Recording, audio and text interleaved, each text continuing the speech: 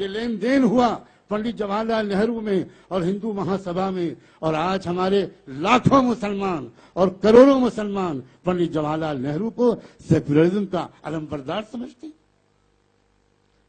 ہے۔ ادب شرط منہ نہ کھلواؤ، تاریخ ہم نے پڑھی ہے، اور میں چیلنج کے ساتھ کہتا ہوں کوئی بڑے سے بڑا کانگریس کا لیڈر آ جائے، راجیو گاندھی مر گئے، راہل گاندھی آ جائیں، کوئی لیڈر آ جائے اور میرے سامنے آ کر کھل کر بات کرے اور یہ کہے کہ کانگریس سیکولر پارٹی ہے۔ کانگریس نے ہندو راشٹر انڈکلیئرڈ بنا دیا، اس کی میں سینکڑوں ادھارن دے سکتا ہوں۔ کیا بھارت کے ہر پولیس اسٹیشن میں مندر نہیں ہے؟ آپ مجھے بتاؤ، سیکولر اسٹیٹ کے پولیس اسٹیشن میں ایک دھرم استھل کے ہونے کا کیا مطلب؟ پھر وہاں مسجد کیوں نہیں ہے؟ پھر وہاں چرچ کیوں نہیں ہے؟ پھر وہاں گردوارہ کیوں نہیں ہے؟ اور چھوڑو پولیس اسٹیشن کو، کچہریوں میں، کورٹوں میں جہاں نیائے ملنے کی امید میں لوگ جاتے ہیں، جاؤ کانسٹیٹیوشن کو بچانے کے لیے ہم جیسے کانسٹیٹیوشن کے قدردان جاتے ہیں، ان کچہریوں میں مندر بنا دیے گئے، ان کورٹس میں مندر بنا دیے گئے۔ اور اس سے آگے بڑھو، الیکشن کمیشن کے آفس میں جاؤ، وہاں بھی مورتی لگی ہوئی۔ یہ ہندو راشٹر انڈکلیئر تو بنایا اس پارٹی نے اور ان پارٹیوں نے جو اپنے کو سیکولر کہہ کر خاص طور پر مسلمانوں اور دوسری مائنورٹیز کو دھوکہ دے رہی ہے۔ اب وقت آیا ہے کہ اصلی چھٹائی اس دیش میں ہو، مظلوم ایک طرف ہو جائیں، ظالم ایک طرف ہو جائیں، اور پھر دو دو ہاتھ ہو جائیں۔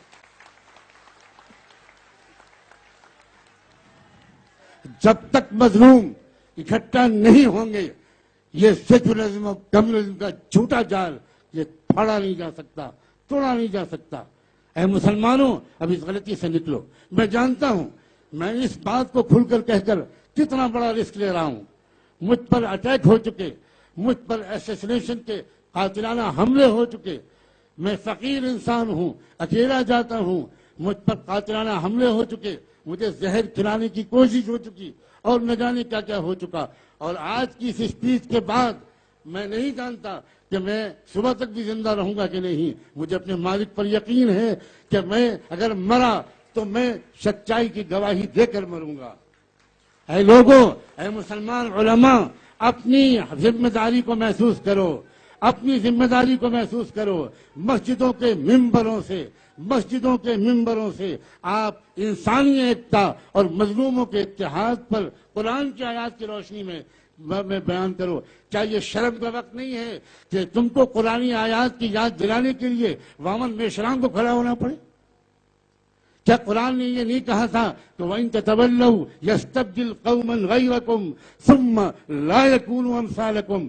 تم اگر اپنی ذمہ داریوں کو ادا نہیں کرو گے تو خدا تمہارا، اے نسلی مسلمانوں، اے خاندانی مسلمانوں، خدا تمہارا محتاج نہیں ہے، خدا کسی اور قوم کو کھڑا کر دے گا۔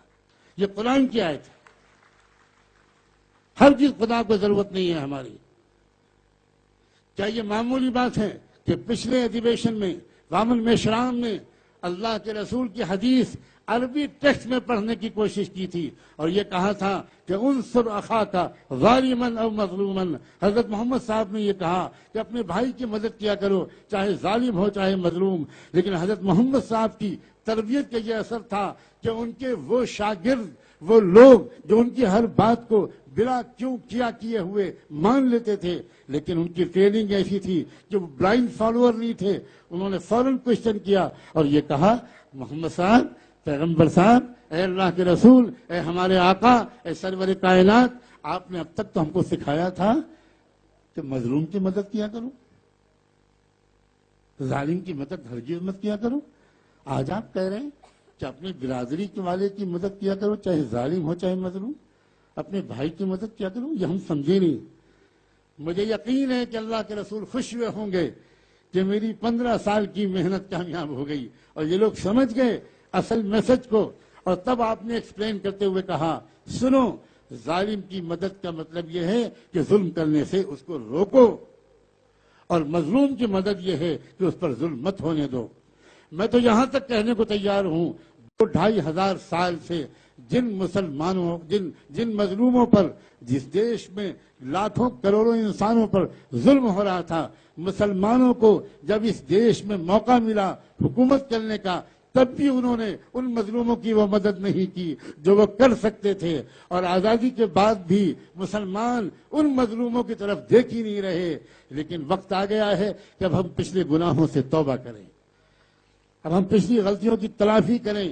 ہر شخص، ہر مسلمان کو میں ریکویسٹ کرتا ہوں کہ آپ چل کر جایا کریں جھگی جھوپڑیوں میں رہنے والے ہمارے ان بھائیوں اور بہنوں کے پاس۔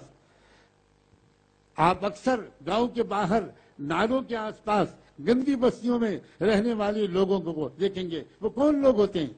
وہ اسی شیڈول کاسٹ، شیڈول ٹرائب کے پاس ہوتے ہیں، اور آپ اپنی چمچماتی ہوئی کار میں اپنی بائک پر سوار ہو کر وہیں سے گزر جاتے ہیں، اور ان کی آنکھ میں کبھی آنسو آتے ہیں، کبھی ان کے دل میں غصہ آتا ہے، اور پھر وہی غصہ گجرات کے فسادات کے موقع پر RSS کی چالاک لیڈرشپ نے انہی آدی واسیوں اور انہی شیڈول کاسٹ کے لوگوں کو، مسلمانوں کو مارنے اور جلانے میں استعمال کیا۔ اب آپ کا فرض خالی یہ مسئلہ جلسے کا نہیں ہے، اپنی زندگی میں روزانہ کم سے کم ہفتے میں 1-2 بار ان غریب بھائیوں اور بہنوں کے پاس جائیے، ان کے علاج کی ویوستھا کیجیے، ان کے غریب بچوں کی تعلیم کو اپنے بچوں کی تعلیم کے ساتھ جوڑیے۔ یہ میری بیٹی سمیہ میرے پاس بیٹھی ہے، میں نیرل میں رہتا ہوں، پردیش میں رہتا ہوں، یہ انہوں نے ایک معمول بنایا ہے، ان لوگوں نے، میری 3 بیٹیاں مل کر اور کچھ اور مہلائیں مل کر اس پورے نیرل کے علاقے میں آدی واسیوں کی ایک واڑی میں جاتے ہیں، اور جو ہو سکتا ہے ان کو خاموشی سے پیش کرتے ہیں۔ جب تک ہم اپنی پرسنل زندگی میں اور پرائیویٹ زندگی میں یہ درد اور یہ درد بانٹنے کا کام نہیں کریں گے، تب تک یہ ساری باتیں بالکل وقتی رہیں گی۔